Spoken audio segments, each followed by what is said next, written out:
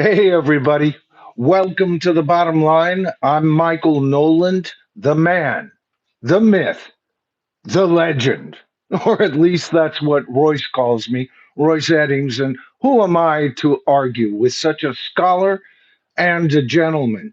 Tonight is Tribal Forum number 78, where we ask, is Led Zeppelin's Robert Plant rock and roll's one last remaining saving grace? See what I did there? By that, I mean we nowadays are inundated with singers who used to have some of the greatest pipes in the music industry, and they're out there touring, providing us with some of the sourest vocal deliveries of all time, nay, in the history of rock and roll for some of them. Paul McCartney's voice is absolutely shot, and it seems to get worse with every single show at this current tour that he's doing right now. The Eagles' Don Henley's voice is so bad that he lip syncs.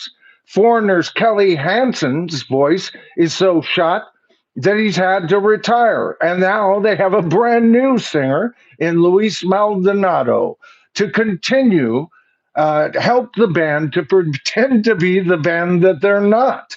Motley Fool's Vince Neil hasn't sounded good in decades, if indeed he ever sounded good to begin with.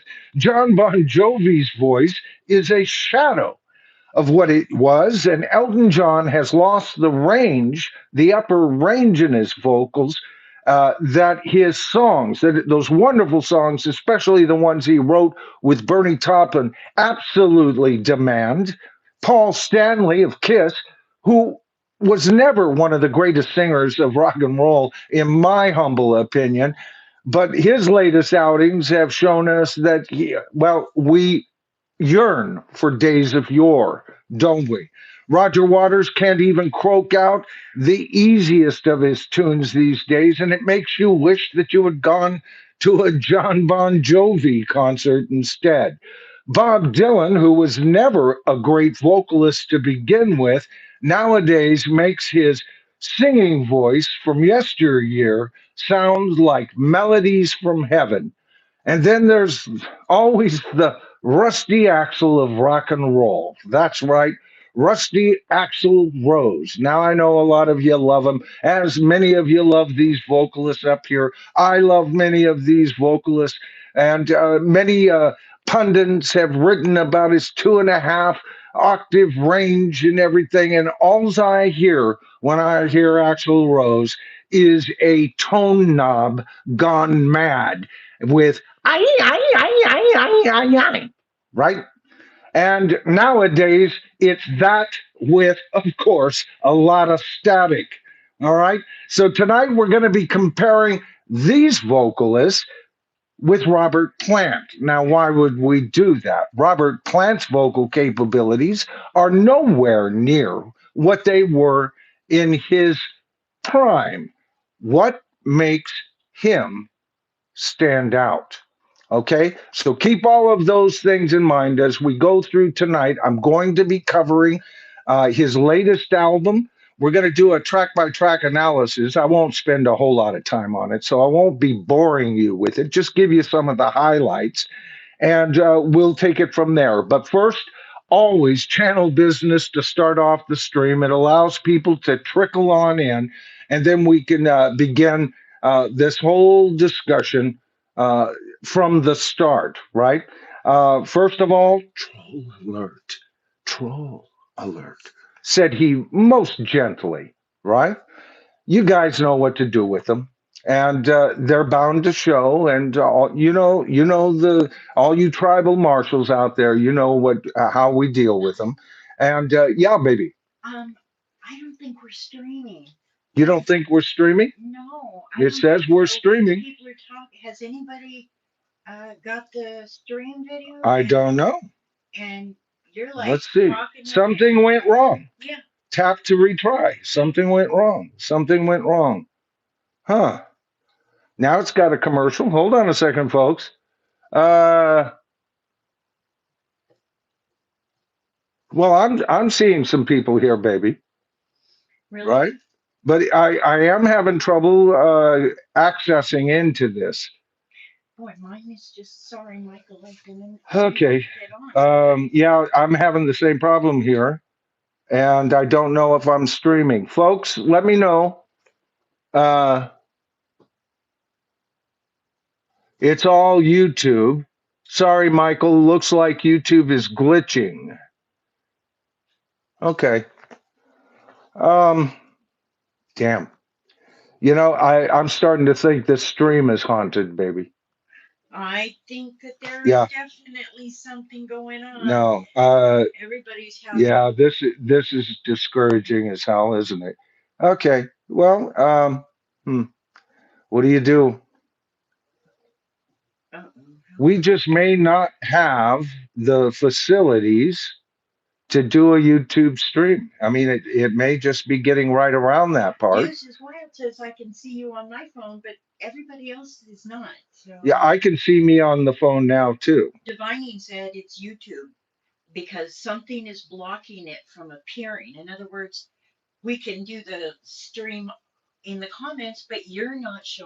Yeah, I can see myself. That's really weird. Yeah. It says you guys are up. Very much no video. Uh, right, Kimberly Nolan. YouTube is unfortunately acting up, says Nestor. Are you guys hearing me? Give me some indication that you've heard me, and then also let me know if you heard my intro because I can repeat that stuff. 45 RPM says yep. Okay. He's the only one. Hi, Dr. Rick, the horseman. Yeah, well, part of the problem here is we have 13 watching, and we had a lot more at one point. People gave up. And people wonder why I'm saying, subscribers are being taken off the back end, huh? Yeah. Video is good for me now. Yes, can hear you. I can't access the stream on my TV or YouTube. It has some. It has something went wrong message. Yeah, that's what my device was reading too. Hearing and seeing you loud and clear, Dan. Thank you, buddy. Hello, Carla. Okay, finally I'm in. We'll let people drag it. Now, did any of you hear my intro? Let me know that. If not, and we're streaming, I can start all over again. I need to hear that. I need to let you hear from you guys as to whether you even heard my intro to begin with. It's working now. Hey, Kimberly. Did not hear intro. Okay, good, good. All right, so all right, folks. No intro. Yeah. Okay. Good, tribe. All right, great. That at least lets me know what's going on here. We've got 23 watching, so some folks have found their way here. Maybe they gave it a second shot. That's sad because I know some people will just get pissed off and go, "That's it, I'm out of here," and we lose, maximum peak viewers that way. And it's always nice to get a good maximum peak viewership, right? And it seems like lately, boy, we've had a couple of gremlins in the work that have prevented us from doing that. We usually get audiences from anywhere from, well, we've had them lower last couple of times into the 60s, but usually anywhere from 80 to 100 plus. Divining Dragon said if viewers can't move to their cell phone, then they won't be able to see it. Yeah. There's still people not being able to see this. Yeah. Yeah. Well, I'm on my cell phone right now. I'm on my cell phone and it won't go. Your cell phone won't go? No, it won't go. Okay, switch off. I did and went back in and try it again. I'll try it again. But yeah, that's too bad. Crazy. What's going on with YouTube? Mm-hmm. That's a good question, baby. I know. I'm so sorry we're having this glitch, folks. This is out of our control. You guys, apparently, I appreciate all 31 of you watching right now. Hang with me. Yeah, if we can keep this thing going, I'm going to start like I never. Got it this time. Huh? I got it this time. Kimberly's up and running. All right, so here's the deal. Evidently, you have to give it several tries. Boy, To make an audience work this hard to watch a stream is absolutely ridiculous. YouTube. I mean, that is absolutely insane. Okay, so what I'm going to do is I'm going to start from the beginning because, according to Dan, none of you heard my intro to begin with. Let me grab my notes here. Oh, I had such a great intro. I'm going to pretend like this never happened, baby, and I'm just going to start off with this intro. All right. So here we go. Hey, everybody. Welcome to the bottom line. I'm Michael Noland, the man, the myth, the legend, or at least that's what Royce Eddings calls me. And who am I to argue with such a scholar and a gentleman? Tonight is Tribal Forum number 78, where we ask the question: is Led Zeppelin's Robert Plant rock and roll's last remaining saving grace? See what I did there? You know, by that I mean today we're inundated by some of the greatest singers of rock and roll who used to have the greatest pipes in the music industry, and they're out there touring and providing us with some of the sourest vocal experiences and deliveries in the history of rock and roll. We have Paul McCartney's, whose voice is absolutely shot. It seems to get worse from show to show on this current tour of his. The Eagles' Don Henley's voice is so bad that he lip syncs. Foreigner's Kelly Hansen, his voice is so gone. It's not totally shot, but it's gone enough. He knows he needs to get out of town, and he's retired from Foreigner. And they have Luis Maldonado on hand to yet another lead singer, so that the band can continue to pretend to be the band that they're not. Motley Fool's Vince Neil hasn't sounded right in decades. And if indeed he ever sounded good to begin with, John Bon Jovi's voice is a shadow of what it once was. Elton John's voice is fine in lower registers, but he doesn't have the higher register chops to deliver us those wonderful Elton John and Bernie Taupin songs. Paul Stanley of Kiss was never one of rock and roll's greatest voices to begin with, but his latest outings have shown us that we wish for days of yore. Roger Waters can't even croak out his simplest of tunes and makes us wish that we just went to the Bon Jovi concert. Bob Dylan, who has never been a great vocalist to begin with, now makes his old vocals sound like absolute miraculous melodies from heaven. And then there's the Rusty Axel of rock and roll. Of course, I'm talking about Rusty Axel Rose, who I've never cared for. A lot of people, give him his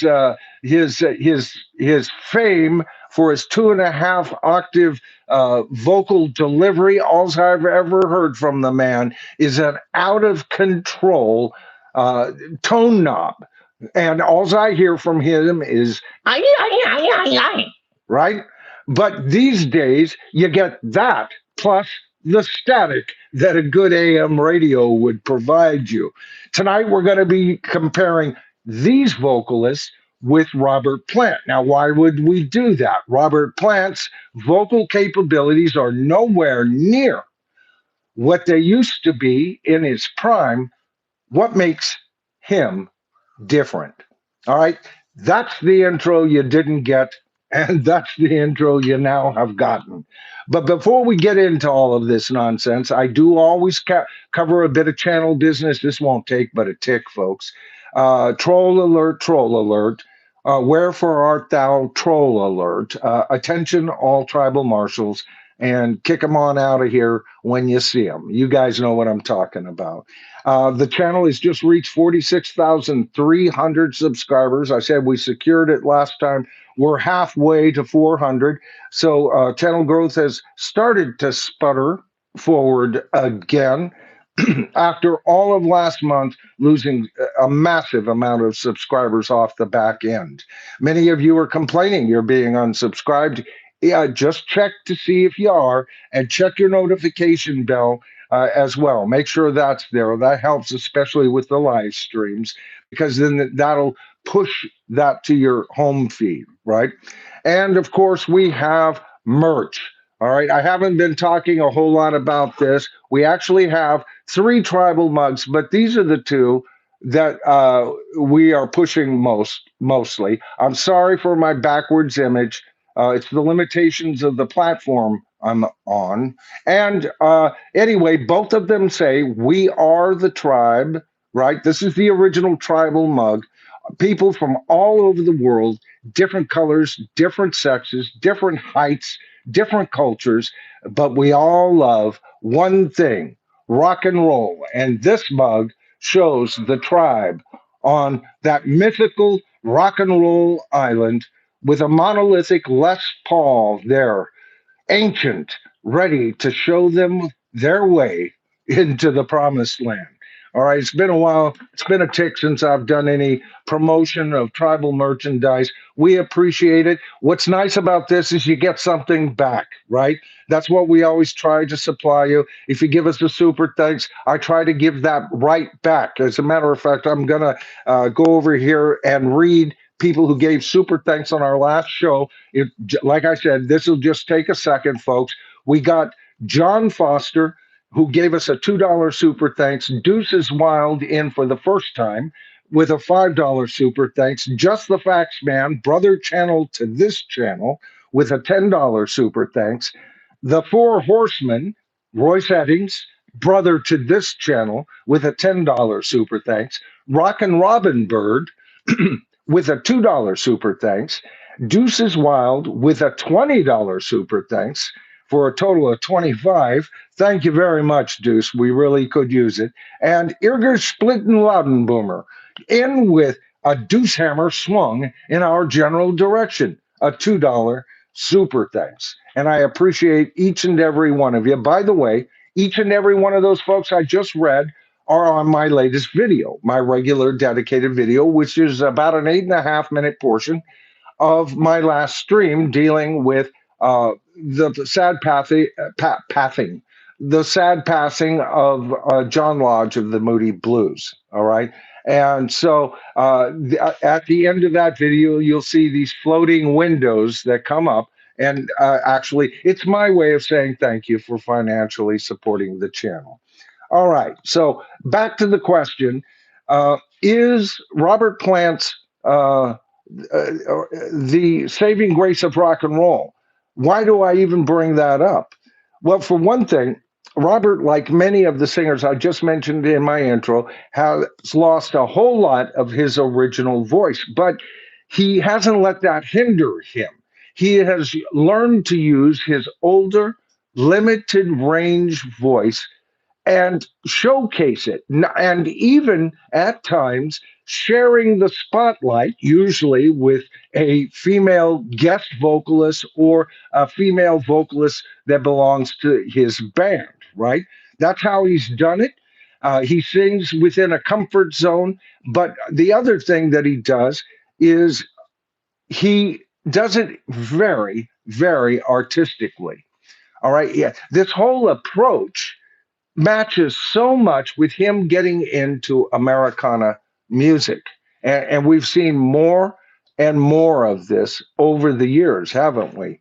Uh, it's interesting with this new album, Saving Grace, if you didn't get my pun at the beginning of my stream, uh, is really Robert going right back to the beginning of his career, or at least his professional career, with Led Zeppelin, if you think about it.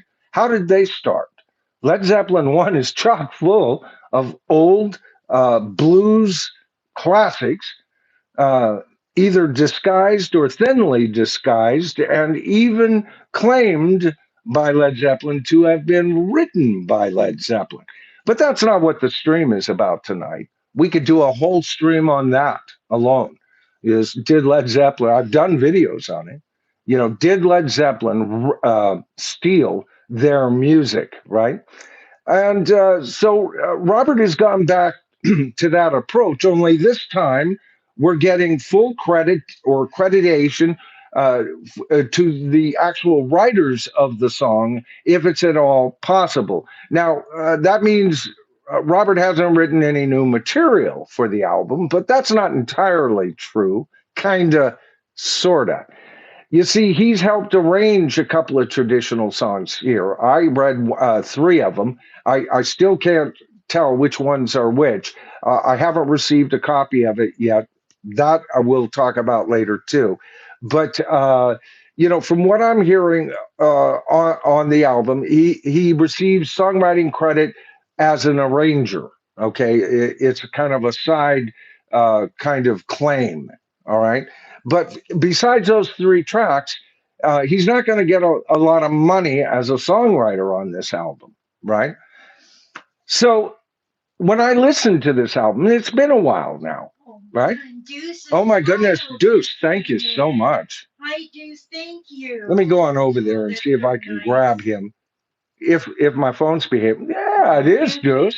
My goodness, wonderful. Give you a thumbs up for that, brother. He says, always always imitated, never duplicated the golden god who soared like, oh, he's always so poetic, who soared like no other in his youth. And his adaptation in the modern age is impressive in itself. Absolutely. Couldn't say it better, Doc. You're absolutely right about that. Um, and that's what I'm saying is I've been slow to get into this album.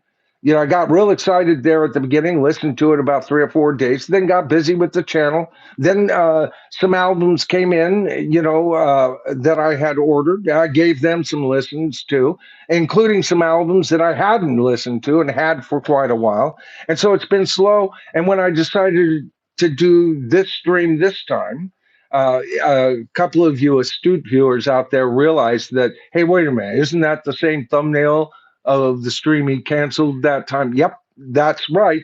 Only tonight's stream is a little bit different because that stream was going to be very Led Zeppelin centric. It's been a Led Zeppelin kind of year for us, hasn't it? We've got, let me make sure I know it's backwards. This is the 40th in front. I've got the 50th anniversary, which is the thicker version, right? So I'm getting that. And the next album I'll be ordering, I've decided because at first I loved it. And then I go, yeah, but would I listen to it? Okay. And then I started listening to Raising Sand, and I hadn't got that one yet. So which one do I get first? So do I put his new Saving Grace on the back burner? Then I started listening to it again. And I'm going, this is a music I can meditate to. This is a music that would sound good if I'm doing light chores around the house. This is a music that is all purpose. And usually I'm not a big fan of cover albums. And if you really get down to the bare bones, this is a covers album, right? So why am I so excited about it? Well, part of it is the dynamics. First of all, the songs are all top notch. Okay, all of them. There was a couple I wasn't sure about, and the more I listened to the album, see, this is why it's so important to listen to an entire album in its entirety. They fit in, and you start liking them more. You know, how many times back in the day did that exact same thing happen to you when you were a teenager? You know, maybe it took 8 or 9 listens to finally get the crunch off of Houses of the Holy. What, baby? Just the fax man came in with. Oh my goodness, did he? Let me check him out. Thank you, Dan. Oh my goodness, he came in with a $10 super thanks. Thank you, Dan. He says, I think it's better for vocalists to adapt to their changing voices instead of trying to sound the way they did in their youth. Yeah, Dan. You know, I've got some demos I did back in my 20s on my members only videos. You have to dig back. I'll give you an example. Look for a song called "Let Me Be Me." Okay, it's on my channels.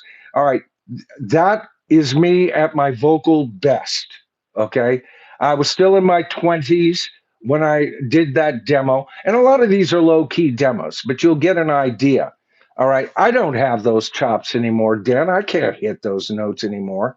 I'd have to hit into falsetto on some of them, but there's not a falsetto on that song. That's all my natural voice. I had a high voice. I could sing second tenor and get right on into alto a bit. Okay. But I don't have the voice I had at one time. And neither do these guys. I'm not cutting them down for that, Dan. I've often criticized Paul. He should be singing songs that his voice can accommodate. He's my number one guy. And yet he was the first guy I criticized tonight. I'd love to go see him, but I'm not going to go see that garbage. I'm sorry. He can't sing. And you know what? I think he's getting to the point where I don't know that there's much he can handle anymore, to be perfectly honest. And he's my number one guy in rock and roll. I mean, it's a sad end, but I've had to face my vocal changes. So does Paul. We all do. And Paul is still trying. See, here's the deal. Paul doesn't need to be doing this. His stature in rock and roll, if he dropped dead today, and heaven forbid that happen, that's it. He goes down in history as un numero uno singer songwriter of the 20th century, mainly because he had more time than John Lennon, right? There's no doubt about that. And it doesn't mean if he quit touring that he couldn't do a show here or a show there. Let his voice rest, right? Maybe do a surprise there. Oh, it's been 3 or 4 months since I've even done any singing, And he goes, I'll show up here and do that. Or special televised events. You don't think that the TV shows and all those everything on social media wouldn't eat him up in a heartbeat, then why is he continuing to tour? Yeah, I'm not asking him to stop performing. It's the money, and it has created a bottleneck in the industry. I don't see Robert Plant creating any such bottleneck. First of all, if he wanted to, he could. All he has to do is say, I'm going to do my favorite Led Zeppelin songs tour. Stadium, right there. He's not playing stadiums. He doesn't want to play stadiums. He has said that quite clearly. As a matter of fact, we're going to get to this article in UCR. Dig what he has to say about this album and about where he is now. I didn't know he was at this point. Dig this. He says, and this day, when he says this day, he means the release of this album, right? Saving Grace. He says this day was never going to come because originally it wasn't going to come. No more records. That's it. I'll repeat that. I know some of you are going, huh? What? No more records. That's it. The bottom line is, I never even thought this was a starter in my being. I just didn't want to make any more albums, he detailed. It wasn't the end. It's just like, that's enough, man. You know? The experience of working with the members of Saving Grace on the recordings that became the album of the same name changed Plant's perspective in part. Yeah, babe. Um, Storm Cop just checked in. He's been in the hospital. Oh my goodness, James. I didn't know whether to reach out because I've reached out so many times too early. In the hospital. Oh, brother. Oh. We've missed you. We have. Oh my goodness. Storm Cop. Are you on the mend? Is things going to get better? I hope soon. I hope soon. Please, we've worried about you. Yeah. Glad to hear that you're, you know, at least checked in so we know everything's okay. Yeah. Ergish Blitten just came in. I just saw that too. I know. But I'll get right to you, Gear Jam. I just want to see. I want to see James's comment. How far up is his comment? Oh, it's just a little ways up there. Hi, Christopher Francis. Good to see you. Okay.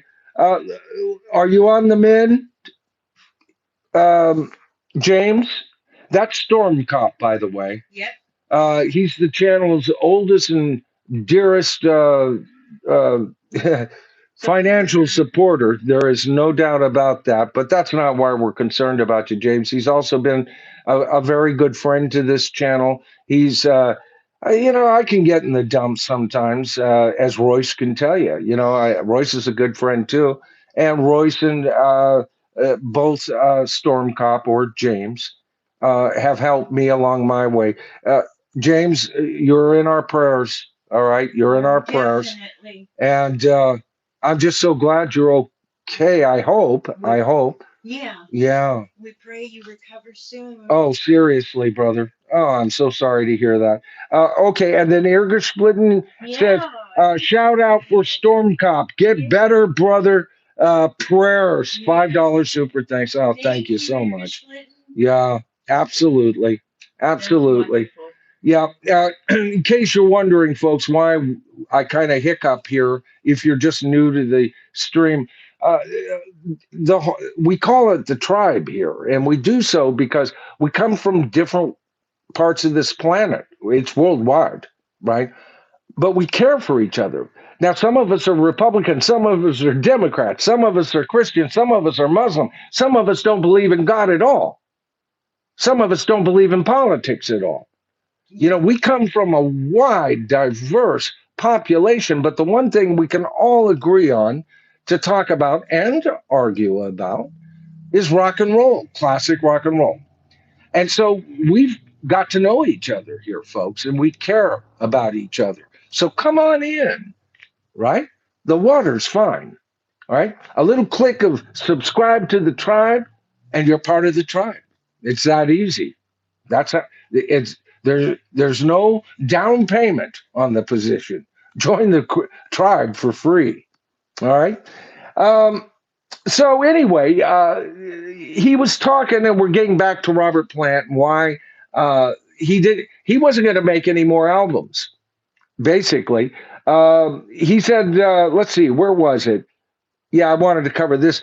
He basically said, I just want to tour, just and make organic music in the real world, which is usually his bet. When he's out touring, they do a sound check. They'll start jamming and stuff like the good old days. Or he gets a thought in his head in his hotel room. He scribbles that down. He's still doing it the old-fashioned way. He's still out there writing songs. He's not at, the penthouse in Las Vegas being entertained by courtiers everywhere. He's a working man's musician. Absolutely is.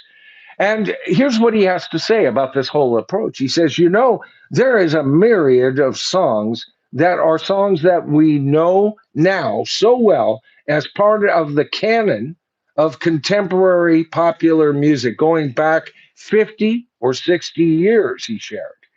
If you think about House of the Rising Sun, when the Animals came down from Newcastle, went into Mickey Mo's studio and did that, they didn't even hear the playback. They went straight on to Brighton to play or something like that. That song, it's like all those classic songs, they become something else. And so, is that true, that statement? Because, man, uh, Eric Burden and the Animals owned in the House of the Rising Sun, still probably does. There's several versions of it out there. But I would say by far my favorite is the Animals version. Wouldn't you say? Most of us would probably agree with that.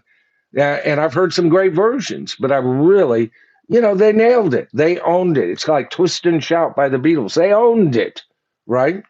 Money by the Beatles. They owned it. They didn't write it, but man.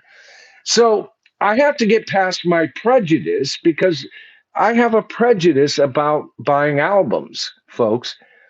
I'm not into albums that are cover albums ever, ever, ever, ever. I'm just not. I buy my primary interest in classic rock is by artists who write their own material, perform their own material, record their own material, and then tour their own material to the best of their capabilities. That's kind of me in a nutshell, right? And so albums that are you know, I've said it before, a C sampler of a little of this, a little of that, and it's just a cover kind of affair. That doesn't that doesn't attract me. And so I loved this album. See, I was hearing tracks. I wasn't hearing anything about who wrote what. I thought maybe everybody's song. I hadn't heard it before, or at least not at that time uh, before, and I thought, oh, maybe it's who wrote that? Could it be Robert? And that's the other thing. He's going back like Led Zeppelin did in this album, but he is also um, he he's finding uh he's very Led Zeppelin, I should say.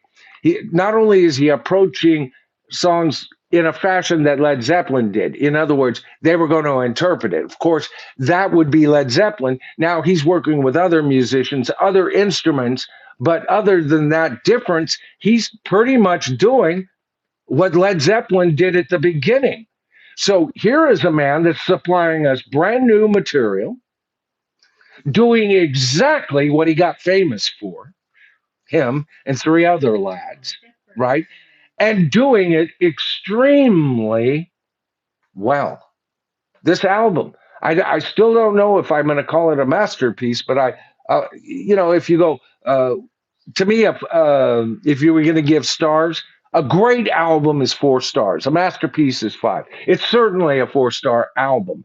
Once I got past my prejudices regarding it being reworkings of old songs by blues greats and everything else. I'll give you an example. Chevrolet was written by Kansas Joe McCoy and Memphis Minnie, who wrote When the Levee Breaks. Okay, Chevrolet. Now, Donovan did this song before, and he called it Hey Jip. All right. It's not called Chevrolet. Same lyrics, pretty much, as what Robert does here. And Robert has got, see, first of all, like I said, a very Led Zeppelin approach to this, right? And we're going to talk how percussion and everything works in with one of these songs. But when you listen to Hey Jip, I got to tell you, between those two, I never heard Hey Jip. I'm a major Donovan fan. He was the last concert we ever went to, right? I just saw him a few years ago in San Francisco. I love Donovan, right? And I'd never heard this particular cut. And I got to tell you, if you compare the two cuts, I'd take Donovan's. However, within the confines of this album, this equals Donovan's version of it. But if you just heard them separately, I'm gravitated to the Donovan version. The next cut up was As I Roved Out. And again, you're going to have to. Here's the other thing with that first cut and this one, there is a staggered military snare work on both of these songs that give it, and then add that banjo, and then what visions do you come up with? What time period? 1865, perhaps? Right? Do you find yourself when you're listening to a lot of these songs? I know, but that's what I hear. You know, I'm a bit of a historical history buff. Nothing like what Rachel is over on Rachel's Ghost, or what used to be Rachel's Ghost. She's a major kind of, I call her an expert choking smoker. Only she doesn't choke on her smoker, but she's real smart regarding history. But I know a bit of history and everything, and this brings me back to that, right? Both songs. It's a Beautiful Day. Now that's by Bob Masley of Moby Grape, and Moby Grape is one of those bands I only am aware of really one good album by them. So I didn't know this. I had to go over and listen to it. It's good. It's Moby Grape. It's good, but it's a much more baritone delivery, and I think Robert Plant's more tenor delivery service the song uh, a little bit better. The next one, oh my God, this has got to be one of the top, one of maybe three or four songs on this album that are tied for first place. Soul of a Man by Blind Willie Johnson. Not only one of the very best tracks. Oh my goodness. I'll be right with you, Robin. Not only one of the best tracks, but written by the same man who, of course, wrote In My Time of Dying and Nobody's Fault But Mine. And all I can say, I love these lyrics. Won't somebody tell me what the soul of a man? What? Oh man, I'm telling you, I'm hearing a lot of plow work. I'm hearing a lot of 1865 tensions on this album. The beat down man, and with things the way they are in modern politics these days, this album sounds very contemporary somehow to me. All right. Let me get over here and check her comment out here, baby. Uh, you rock. We rock. I'm excited for the new Robert Plant. Yeah, that's the next one I'm going to order. That was the main reason to tell you or to show these. I've got two versions of this. I just bought the 40th version here earlier this year. I mean, early in the year, right? I didn't know they were going to do this, and it had the third disc. I had to get it. Came with a poster, but anyway, now I've got two copies of uh, of of physical graffiti on vinyl when I didn't even have one copy back in the day. I never bought the damn album until it came out on CD. Yeah, it was available on CD. It was just too expensive at the time. I had a lot of I had a lot of bills, for whatever reason. I just didn't get it, and I loved Kashmir. Right, all the songs were played, got heavy rotation on AM, FM radio. It was still going strong and everything. So I absolutely loved it. Now, the next song that was up is Ticket Taker. Great song using the Noah's Ark scenario as a tying in theme, and those who wish to get on it, buying a stairway to heaven, right? A little bit of that. All right. So yeah, I'm kind of grooving. I'm kind of digging what he's offering here. The next song was one that didn't get to me right away, and this is one of the cuts that will, as you give this album like third or fourth listen, man, it starts to really dig in on you. That it's a traditional song, and this is one of the songs that Robert is getting an arrangement credit for. And I thought at the beginning, as I go, God, did he just put this on so he could do an arrangement credit? And the more I hear it, the more I like it. All right, but it's not one that reaches out to you right away. Higher Rock by Martha Scanlon. She's a singer songwriter from Montana. Robert is maintaining the background singer on this. He's singing harmonies, and this is probably uh, probably should have started the second side for me. This song is a side opener for me. I love it. Too Far From You. Sarah Siskin, a North Carolina native. Hey, she's from my home state. Wow. Robert takes a back seat again on this. And I wrote my initials. I'm not crazy about this, but it does build up nicey and it has progresses. So maybe I can still get more excited about it. Question mark, question mark, question mark. That's my original note on it. This is the one that has come to the fore. This is a great song. All right, but it's one you've got to listen to a couple of times. Wonderful song. Everybody's song, you know what I felt about that right from the very beginning. Very zeppy, very peppy. I love it. Great song. And then Gospel Plow. Oh, mom. A wonderful duet here. A perfect album ender, beating the hell out of Bob Dylan's more frenetic version. Think about this, folks. Gospel Plow. Man, 1865, tensions out there, but man's got to feed his family, got to get to the plow. He's a believer in God, right? Or God's going to intercede here at this moment. And Bob's version is don't chicka don't chicka don't chicka don't nah. This one, you feel the weight of your soul being burdened down by your troubles, right? And only your faith to sustain you, or at least that's what I get out of the song. So, in the end, I got to tell you, uh, how is Robert Plant, rock and roll saving grace? Well, he's the guy that knows that he doesn't have any chops anymore, um, and he works with it. And it's him, not Paul McCartney, that has aged like a fine wine. I always thought that would be Paul. I thought he would age like a fine wine. And in many ways, he has. He's still a phenomenal musician. He's still a phenomenal songwriter, although he's past his glory days.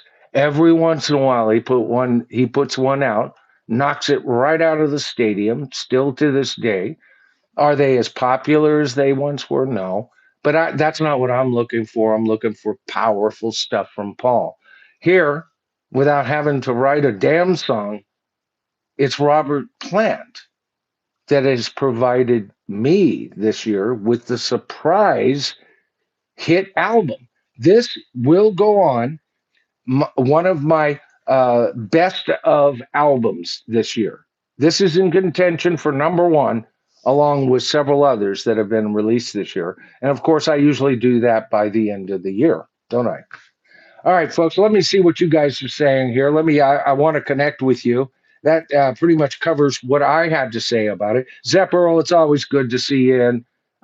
Vance is another channel that I heavily support. I have 4 channels on my featured page, right? Go to my channel page, then go down to featured, and you'll see 4. You'll see Soul Train Bro. You'll see The Four Horsemen. You'll see Just the Facts Man, and you'll see Zepperal. That's Vance here. And it's always good to see you. Vance is still very much into going to concerts and everything. I've got a current poll. As a matter of fact, we should go over here and look at that regarding concerts. This will be an interest to you, Vance. I just put it out. I don't know. It just came to mind. This is the first time I've ever done a poll. I go, I wonder what you guys would say. Really, seriously, this is that informal of a poll. It's been out about 16 hours. We've got well over 500 respondees so far. Question is, how many rock concerts by a major act, okay, do you attend in a year, right? In last place was only 5% of you voted for this. One a year for me. That's what a second mortgage is all about, after all, right? In second to last place was I love concerts, so I try to attend at least half a dozen a year. Okay, think about that. 6% of you, in my youth, half a dozen a year. I'd go to half a dozen a month. This was the top number right here, half a dozen. You would think.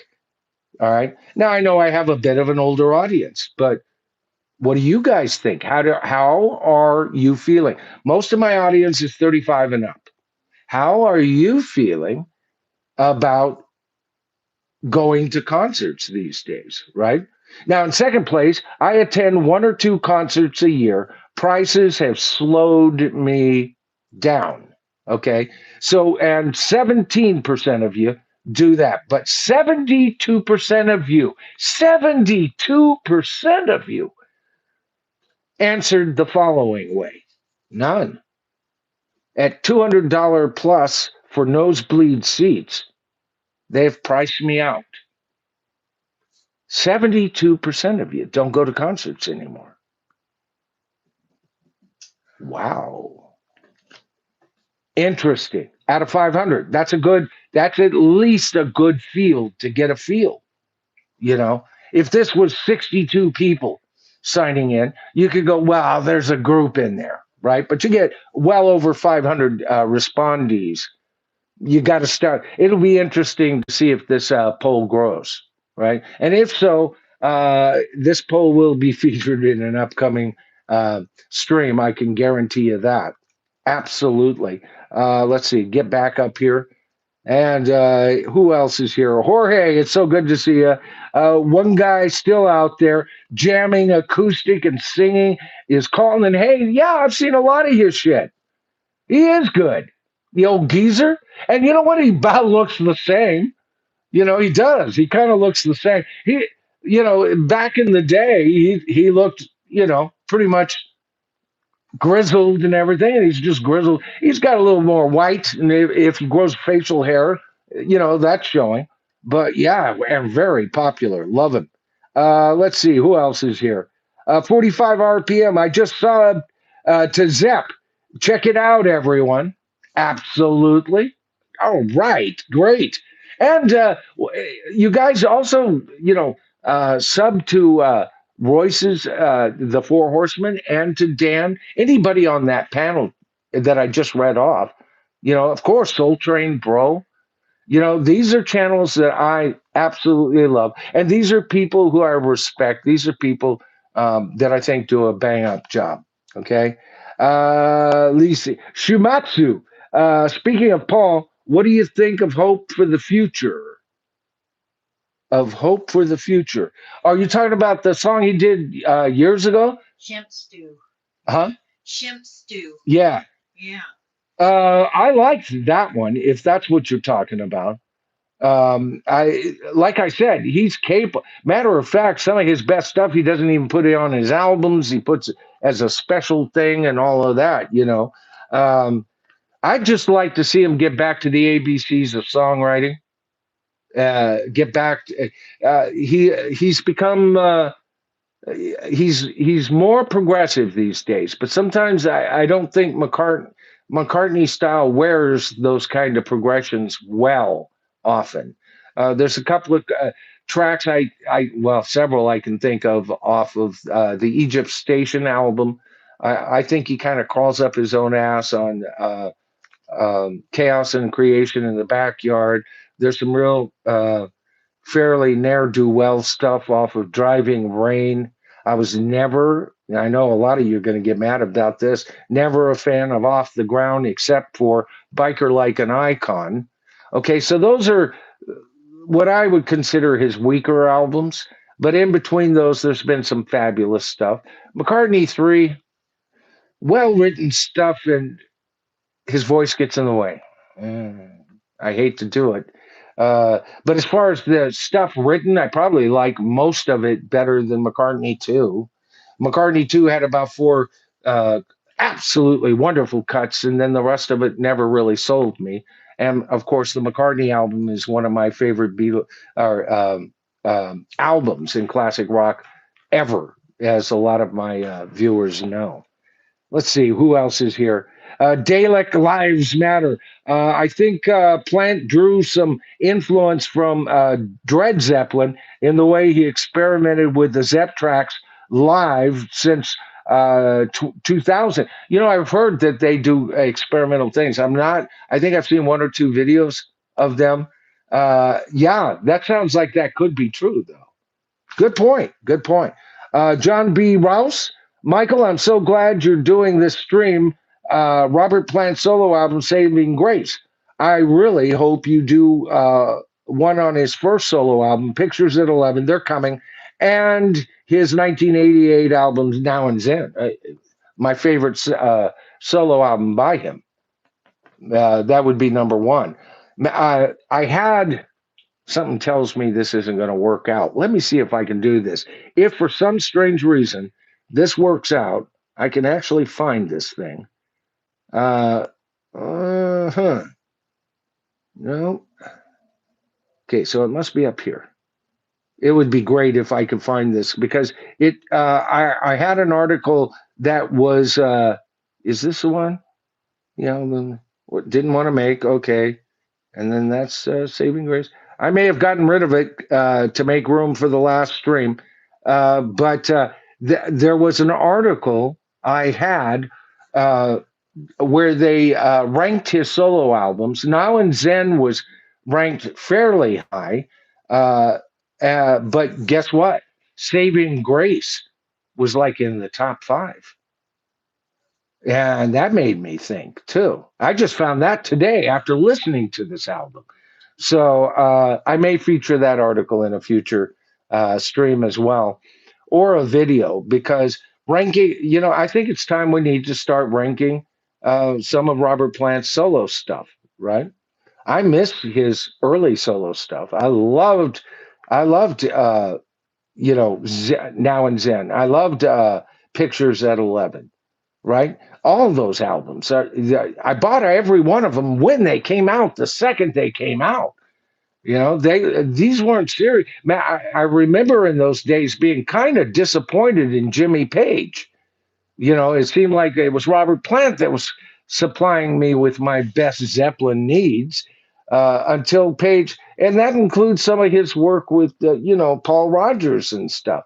There's some great stuff there, but it's hit and miss for some of that shit, right? And I'm going, my favorite guitarist, you've let me down. And then he did the Coverdale Page album, and he was right back in my good graces. I think that's as good as anything Robert Plant's ever done.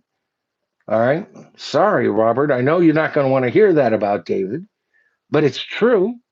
It was a great album, right? Very, and not sounding like all of these albums, not sounding like Led Zeppelin, yet somehow sounding like Led Zeppelin. So here's my challenge to you folks, and then we're going to call it a night. I want you guys to listen to this album. You don't have to buy it, you can stream it, but do so in the following manner. Wait until the toils of the day are done. Carve a corner out, a darkened corner with a sound system or headphones on. Turn a low light on. Have a cup of whatever. And listen to this all the way through. And think these things. Now, Michael was saying he hears Zeppelin all over this album. And see if I'm not right. All right, guys, I love you very much. Always do. James, my prayers go out to you, brother. I was wondering. I didn't want to pull that trigger. You know what I mean? I was because James will know the truth of this. I once got a hold of him. He says, "Holy Toledo, Michael, I've been busy. Everything's fine. Settle down. But we do care for each other." And so I was holding on. I was holding off. I was holding off. You know, I was jonesing, James. I didn't know what to do with it. And the four Oh horsemen my just goodness. came in with Royce, the thank you so big- much. oh, You're a great. lovely lad. Yes, he Oh, is. thank you so much. Yes, he is. And I thank you for your encouragement on your last message, Royce. Royce hears me, how I feel in the moment, you know. And running a YouTube channel, folks, it can be daunting. It really can. And it can be very depressing at times, especially when you watch, subscribers run away without running away. That's one thing. If I was losing subscribers because of what I present, how I present it, they didn't like my face or whatever. That's fine. That goes with the territory. But that's not what's happening here. And there are times when you go, Jesus, is it worth it? To put out this kind of effort and to get so little results when we're talking about views and growth. After all, and don't you let any YouTube content creator tell you any different. We're up here because we think we have something to say, and every damn one of us want as large an audience as we can possibly muster. And those of us who work hard, I mean, I work this channel sometimes 18 hours a day, okay? Behind the all the time working. Looks like we got a call here. Hmm.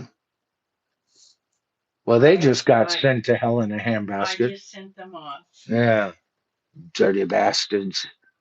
Do they not know I am the man, the myth, and the legend? Didn't anybody give them the memo, baby? I guess not. I just introduced myself as the man, the myth, and the legend, and then they come in and they start calling I'm mad. It really has got me sad, or something like that. All right, folks. Let's, yeah, that's why you're losing subs right there, right? All right, folks. Michael Nolan, this has been Tribal Forum number 78. I'll see you again on Sunday at 5 p.m. I always stream on Sundays and Wednesdays at 5 p.m. Pacific Standard Time. You'll see a little PST on there, right? All right, so adjust your times accordingly. Because even if they unsubscribe you or take away your notifications, you got a kind of clear indication when I'm going to stream. Sunday and Monday at 5 p.m. my local time, and whatever local time that is for you. Like Brandon, if he's in there, I didn't see him, but if you're there, Brandon, it's already tomorrow and it's past noon, isn't it by now? When I started, it was about 10 a.m., something like that.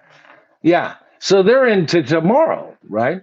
But I always try to, make sure that I can give you a consistent show. And I've enjoyed doing it tonight. I hope I gave you something to think about. Hope I gave you a little homework. And if I got anything wrong, inform me in the comments. Let me know. I'm not infallible. I'm just mainly a man with an opinion. That's what started the whole damn show. That's what it means. Michael Nolan, the bottom line. You get the bottom line as I see it, and then we share, and you start tearing down my theories and everything. And then the ultimate bottom line for the channel is that of the tribe. All right, folks, I'll see you on Sunday. Night.